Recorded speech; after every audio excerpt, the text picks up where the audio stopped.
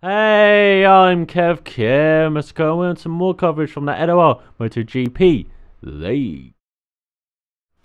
And round 4 of the season took place at the Circuito de Jerez in Spain, and the Spanish Grand Prix is one of 4 rounds in Spain on the calendar. That's a 5th of the calendar in Spain. That is a pretty ridiculous, but you never guess who runs the MotoGP. Yeah, Dorna, who are Spanish company, and I guess 3 of the top 4 riders are Spanish in Marc Marquez, Jorge Lorenzo and Dani Pedrosa, and you got young up and coming Spanish riders such as Paul Espargaro and Alicia Espargaro as well, and you got a big sponsor as well for the series who sponsor Honda in Repsol, a Spanish company as well, so I guess it kind of justifies having 4 rounds on the calendar, but it's still ridiculous compared to, most countries only having 1 round and America having 2 rounds as well. So yeah, pretty ridiculous. And you might have already seen this round on my main channel. I did edit for the weekly sprint, kind of focusing on the tyre wear and my battles, with the tyres and with, the other guys as well. But this is kind of a different edit, a bit shorter edit as well. And it's mainly focusing on, my getting closer to the front that I have been doing in the 3 rounds. In Qatar I was nowhere, in America I was getting closer, in Argentina I was battling for a podium spot and a win for most of the race, but until the last few moments, and so we're hoping to get nearer to the front in this race and get a podium finally and get a win maybe. Has Baronator, who's won the opening 3 rounds of the season, didn't make this round, and so it's going to be a new winner for the league and whoever won this race. And so all 5 of us, Josh, Callum, Sam or Damak and me could have really won this race because it's all very close. You see how competitive it's been in the opening 3 rounds. It's just going to be as competitive for this round the circuit. I don't mind actually Jerez. I really do quite like it on the bike, much better than I do on F1 2013 in the cars, but Sam likes it much better than everyone else in qualifying on his Yamaha, almost a second ahead of Cam on his Honda. We've got Damak and Josh on the second row as we qualified in 3rd, and we reacted a bit late to the lights here. I realised there was a bit of a lag as well, but yeah, we're bronking at the start as well. We're a bit out of control at this start as going to the first corner. We're just giving everyone a head start, we just let them fight it out, and then we'll pick up the pieces later in the race. Look at this, we're even committing fully to that by crashing out, and oh no, we can't even ride the bike. Look how big a head start we're giving everyone. That, I guess that was my thought pattern, or else that is just a horrible start from my part.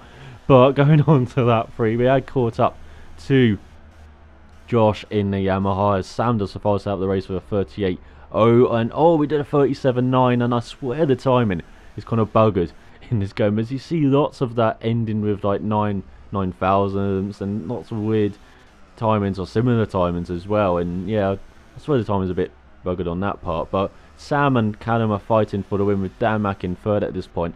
But everyone else was in an Xbox Live party, and you probably noticed if you watch my main channel video that, yeah, I was catching Josh, and now we're all over the back of Josh as well on his Yamaha. He's not having the base race, unfortunately, in this round. And so, as Damak collects some rocks for his gravel collection, he really is collecting some rocks for his gravel collection, Josh kind of suggested that maybe he let me through as I was slightly faster in this phase of the race. And so, I agreed, and now he could probably latch onto the back of me, and we can probably catch up to the guys in front, as we're kind of adrift here. We're kind of battling amongst ourselves. And so heading out of this final corner, the Jorge Lorenzo corner, the Jorge Lorenzo rider, I believe actually, the Yamaha of Josh lets the Ducati through. Probably the only time you ever see that in your lifetime, Yamaha getting a Ducati through, as Callum does the fast out the race. He did a 37.4 so early in the race, and I believe that's the fast lap the race he just did on that 5th lap. He went a bit faster, and now Sam's down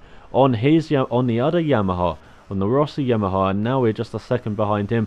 Damak's a few seconds up the road and catching Callum as well, and Josh is still, pretty close behind me, even though we pulled a slight gap on him. And so, we're all bunching up at the halfway mark in this race. As you can see, as I said, it's going to be very competitive. It was very competitive, this race, and this league very competitive as well. As we go later on into the lap, and we're going a bit wide into that left hand, a very tricky corner to get right up with that right hander you just saw me come out of before in the other clip. And as you can see, Damak again collecting rocks for his collections into the next right hander. No, Sam's hit the curb on the inside and is down.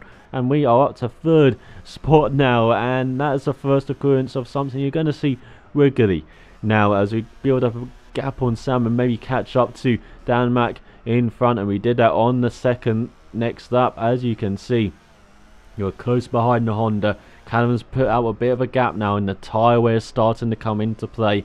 And as you can see, going into that right-hander, Dan Mack's down before the corner. Did he just brake too hard? Did he just, change gear too quickly? And he was down, and so we're up to second place, and now we're behind Callum, the leader. We are in the fight for the win as he's struggling with the tyres. Look how much he's lighting up the tyres out of that left-hander as we get behind him into the left. We had managed our tyres a bit better, it seems, than everyone else, but we are struggling as well. And into that right-hander, oh, he's lost the front end. That right-hander's claiming victims left, right and centre as we lead the race. And unfortunately, Josh has left the building for this race. It wasn't his best round, unfortunately.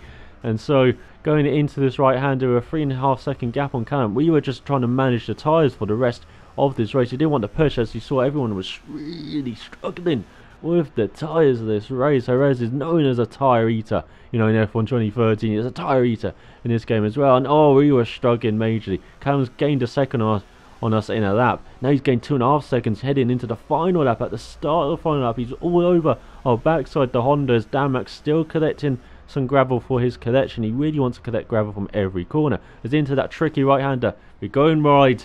And you don't put on the power when you're on the grass. When you got to wear on the grass, don't do that. That's your life lesson from this video. Don't put the power down when you got a wheel on the grass. Remember that for every situation as you're going into the tight right-hand hairpin, one that I'm never getting right, especially on these tyres. But going out of it, Callum's got the power on too much.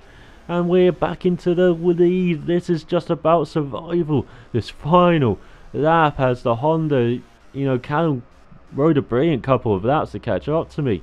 He really got hold of this tyre situation, it seemed. But now on the final lap, the tyres have just gone off the cliff for virtually everyone.